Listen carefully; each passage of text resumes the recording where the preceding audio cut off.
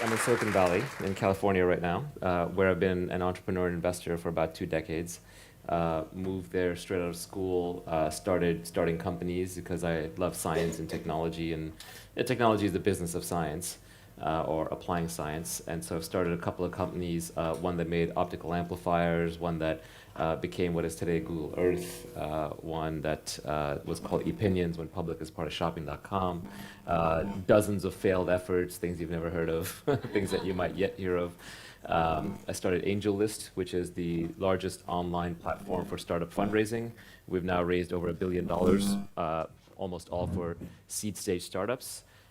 We also operate the largest free talent startup recruiting marketplace, where about half the startups in the English-speaking world find talent on there.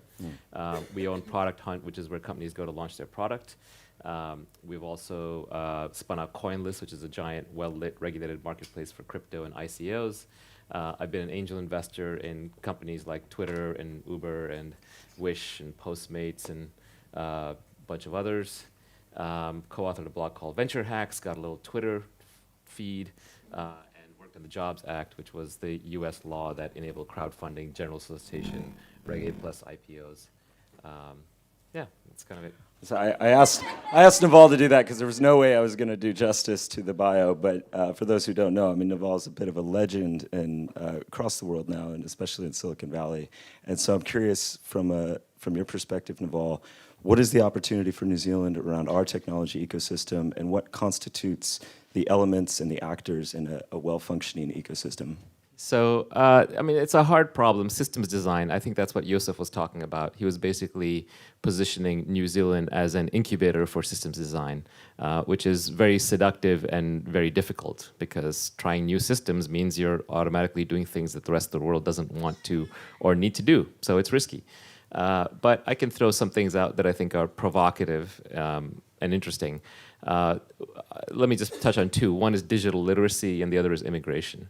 In terms of digital literacy, I think that computers are the most powerful tool ever created by humanity. They allow for infinite leverage without permission. And to me, that knowing how to be good with computers is the modern literacy. It's like the new reading, writing, arithmetic. And this will be widely accepted and acknowledged decades from now. But today, we're in that transition phase where, as a software engineer, you're very well paid and there's no unemployment. But as someone transitioning out of the old economy, you have this giant gap to jump. So I think it would be interesting. One systems design experiment that would be interesting is to create an entirely digitally literate nation where everybody is facile with computers. And of course, not everyone's going to be a computer-related job, but just the fact that you can use this creative tool to its maximum output gives you an advantage, a leg up in every possible way. You'll make better podcasts. You'll do better. You'll be better at creating documents. You'll be better at coding up your ideas. You'll be better at even just using online banking or your storage. But just like if you understand mathematics fairly well, then you don't fear science books. You can pick up anything the same way. If everybody understood computers well enough, they didn't fear computers at all, they would be highly leveraged. And for innovation and employment, that could be a huge thing. It would also, interestingly, raise all the wages across the board in other professions too, because there's a thing in economics called Baumol's cost disease, where the value that you have to pay someone the opportunity cost of what else they could be doing, not necessarily what they are doing. So even if all the baristas had computer science degrees, they get paid a lot more. So that's an example of something radical and interesting you could do, but I don't think it's that radical. And people often would say, like, well, why do I need to know how to code a computer? I don't need to know how to fix my car to drive my car. But it's different. The car is a utility that gets you from point A to point B, and you do the same thing over and over, whereas a computer is a creative tool and a creative process. It's not going to be automated away. And every person who uses a computer, it's like using a paintbrush or a writing instrument. You're using it for a different thing, for self-expression and a blank canvas of possibilities. So I think having a fully digitally literate nation, and New Zealand is well positioned to do that by being English-speaking country, first world, rule of law, good educational system, and a fairly small enough community that you can make that kind of a push, I think would be really interesting. So. And you also said immigration. Yeah, immigration is interesting because I think people look at Silicon Valley and they say, how can we create a Silicon Valley here? And that's an experiment that's been tried all over the world. But really, Silicon Valley is not a place that creates entrepreneurs or wealth or technology. It is a place that attracts entrepreneurs who create wealth and technology, and so it's really an attractor function. And that's true of almost any magnet place. Like Hollywood attracts the potential actors and artists into it, doesn't create them. Those are not necessarily all native Los Angelinos, although the natives really benefit from that. So I think that it's about attracting. So intelligent immigration policy is actually the largest wealth creator in the world. And it's not done that intelligently in most places. Most places, it's sort of an accident, happenstance of history. Like, oh, we have a technology university here. We have good weather, and so on. So I think that if you look at, especially and I'm focused on the technology industry. Obviously, for immigration, you can do lots of things. You can say, I want to attract people who are making impact. I want to attract teachers. But whatever you're doing, you can do it intentionally. And at least in the technology industry, these people, thanks to, again, computers are the most leveraged people in the world. So their earning power is very high, so they actually choose to live in the nicest places. So they want to live in places with good weather and clean water and clean air and high quality of life and culture. And I think in all of those things, New Zealand scores really well. The time zone is great. The access to the Pacific Rim is great. So New Zealand, to me, already has a lot of the elements to use immigration policy as a force multiplier. So I think it really just comes down to both attracting and screening sort of the right people for the limited resources that you have. And I mean, look at EHF, 400 visas. It's going to make a big difference. 400 is not a lot of people, right? You can fit them in one small neighborhood or one small cluster of houses, but it can, in theory, change things. And on the technology side, I'm curious if you can speak to the trends that you're seeing, some of the significant trends of importance and why they're important. We're actually kind of in a good phase of, I think, technology innovation right now. Not that this is good or bad. I don't mean to judge, but we've gone through different phases where we are creating and discovering and rolling out new platforms and systems that change things. So, for example, mobile phones was a platform, the internet was a platform, personal computers were a platform that changed things quite a bit. And then we go through exploitation phases on those platforms where we build lots of apps. So, there was the mobile social phase where we built Facebook and Twitter and so on. And those are interesting apps, but it's kind of at a lower level of innovation, or equally necessary, but not as paradigm busting. And I would say now, interestingly, technology is going back into that paradigm busting phase where investors, angels, entrepreneurs are getting bold enough and emboldened and enough to take the risk to do things like, hey, now we're going to develop supersonic airplanes, we're going to send rockets to Mars, we're going to send, we're going to build electric cars, we're going to build autonomous vehicles, we're going to build VR and AR, we're going to get remote working right so that it feels like you're actually there. We're going to do synthetic biology and hack humans, which is, both scary and exciting. Scary first, exciting later. Unfortunately, that's... It's the nature of technology that the destructive power arrives before the creative power. You get to have a nuclear weapon before you get to have a functioning, safe nuclear plant. You get to have, unfortunately, in social media, you get combat before you get civil discourse. So even if you go back through human history, you get gunpowder before you get steam engines and airplanes. So it's just, unfortunately, the nature of technology that the disruptive and the dissociative power arrives first. So we're going to get all the dysfunctional, dystopian things, maybe VR and AR is like a place for people to rally who couldn't rally in the real world, or for, how the internet famously adopts porn and gambling before almost any other application. But eventually, you will see the fruits come out of that if we live long enough. And synthetic bio is an interesting one in that regard. AI today is going through a machine learning, machine vision revolution where computers are getting very, very good at pattern matching and problem solving of a very specific kind of problem. But it does mean that we're going to see very intelligent agents living in the networking cloud and changing how we do things. So I think all of those are really interesting, and I give full credit to people like Elon Musk who just really upped the bar on what's conceivable, right? Just by doing audacious things or trying audacious things, even if they fail, even if they're not good at it, even if you have problems with the financial shenanigans, it's just at least the vision, I think, inspires people to move forward. And he's not the only one. There's a bunch of entrepreneurs now who are kind of just trying to do very audacious things. And on that point, some people say, we want to shift away from this cult of entrepreneurship or this worshiping the entrepreneurs. How do you feel about that?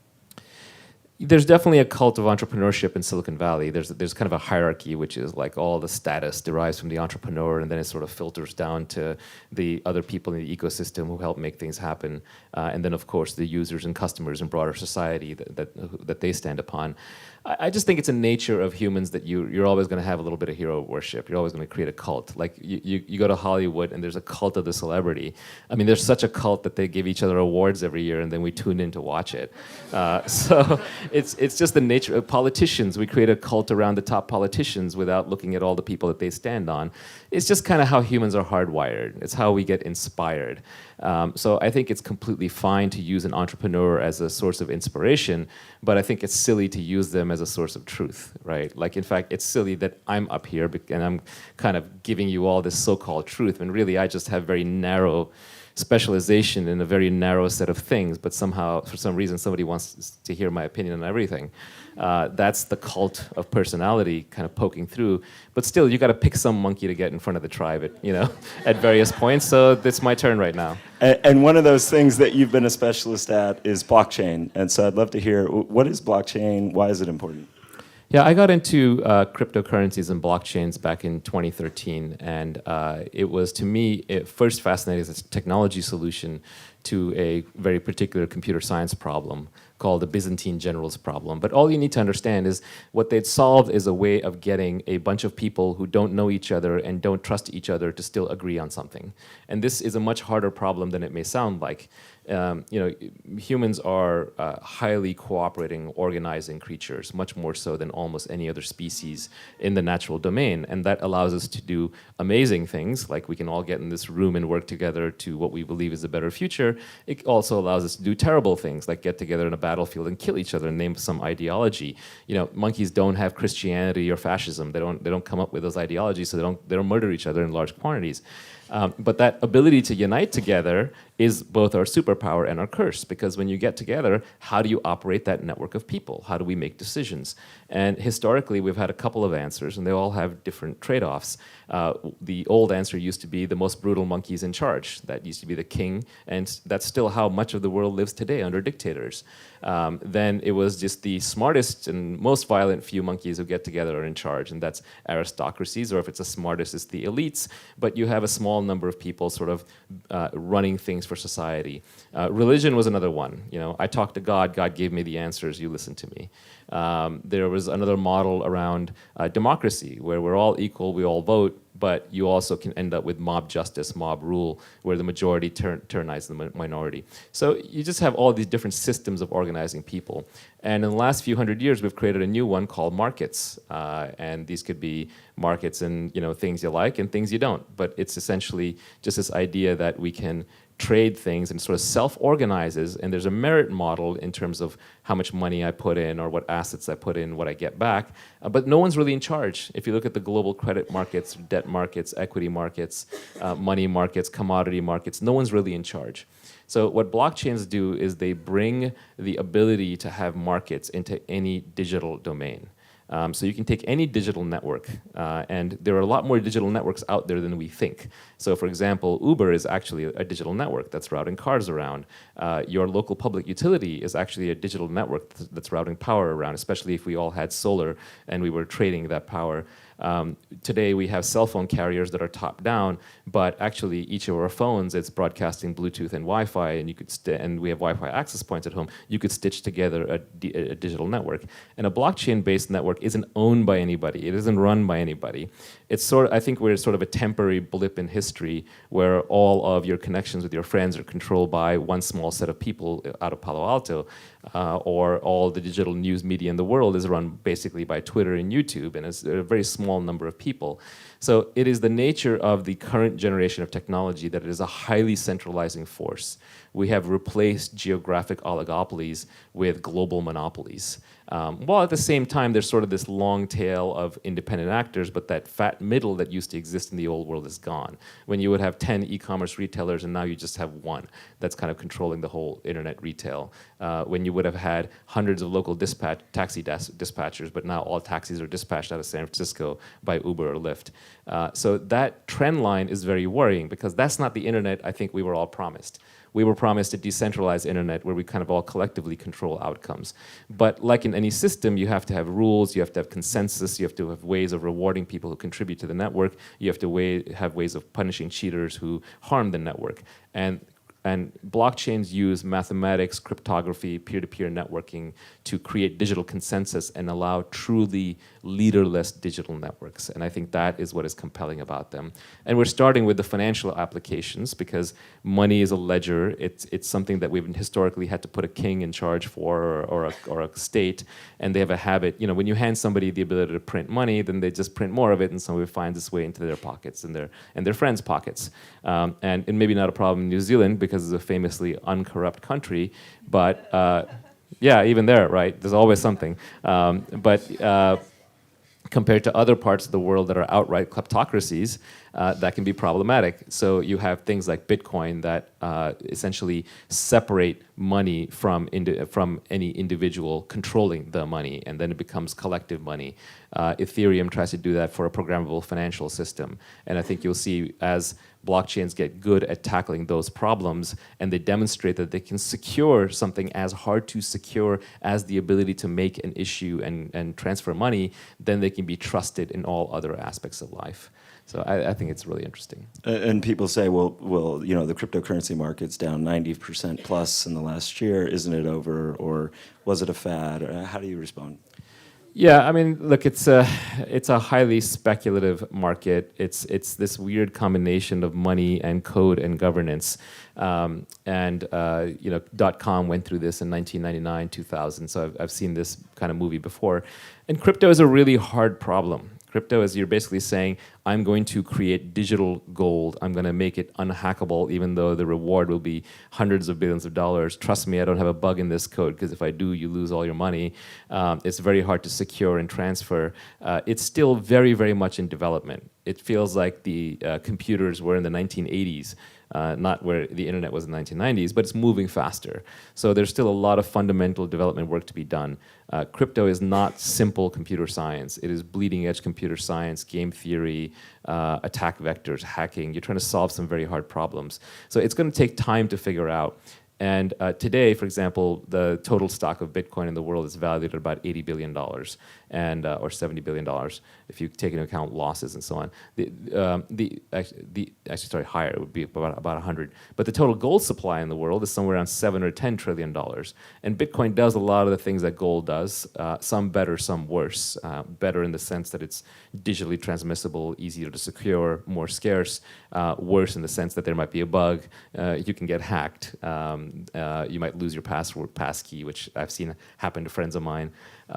So it's still much less certain, and it's much more new. Gold's been around forever. So what you have right now is the market is pricing Bitcoin as being somewhere between 1/500th the chance of being digital gold to 1/1000 to 1/100th. And when the market changes its mind on these very little probabilities, you have these massive swings in the price.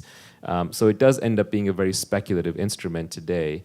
And it's like an angel investment or like an early venture investment where you can lose all your money or most of it, and there's a lot of risk involved, but there's also a lot of reward. These are not ready for prime time yet, but they'll get there. We're going to go deeper onto blockchain, crypto, Ethereum, and the like. I do want to, just while we have everyone, talk a little bit. You're famous on Twitter now.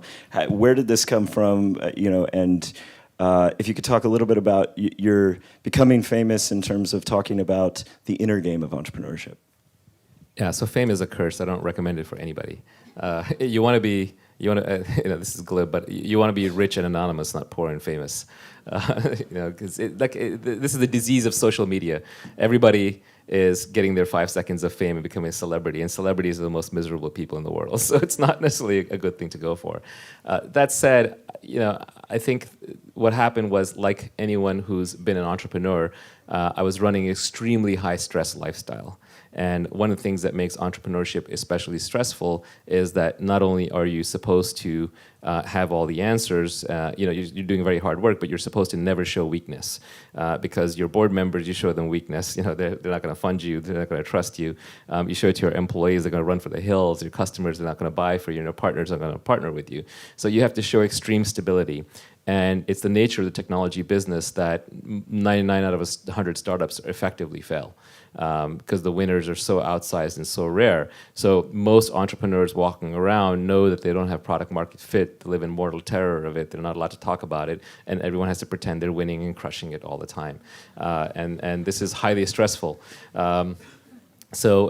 Most people, I think, just melt down under the stress and they just hide it because we're not taught the modern coping tools on how to work with it. And maybe ancient cultures had better answers. You know, you meditate, you walk in nature, you have closer family ties, you have bigger tribes, or you're just much less likely to go from being fresh out of school to landing into running a 100-person company. So these are just very modern pressures and stresses. And just like anybody, I had to kind of work through it. And as I worked through it, I started using Twitter as my open diary on what I had learned that was useful to me. And I think if anybody else was talking about this, it wouldn't be that interesting. But because I'm in the tech business and supposedly successful and I'm talking about it, I think that gives people license to talk about it. So I just decided, 5 or 6 years ago that I was done being miserable and I was going to be happy. I know this sounds easy in hindsight, but it was sort of like, well, this entire time I've just assumed that happy people aren't successful. And if I'm going to be successful, then I can't be happy. I have to be miserable. If I'm going to make a difference in the world, I have to be unhappy along the way. And I just sort of shifted my mindset and decided, actually, I'm out of time. It's now or never. There's no future to live for. And if I don't figure out how to be happy, I'm going to die unhappy. And it's going to, and I made it a discipline, just like diet and nutrition and exercise, these are highly personal disciplines that are unique to each of us, and we have to find what works for us. And nobody else can make your diet work for you, because it's a battle that's fought every day, at every meal, and no one can make your exercise and fitness routine work for you, because it's not even just the half hour you go to the gym or work out. It's literally how you carry yourself, how you move, what activities you volunteer for.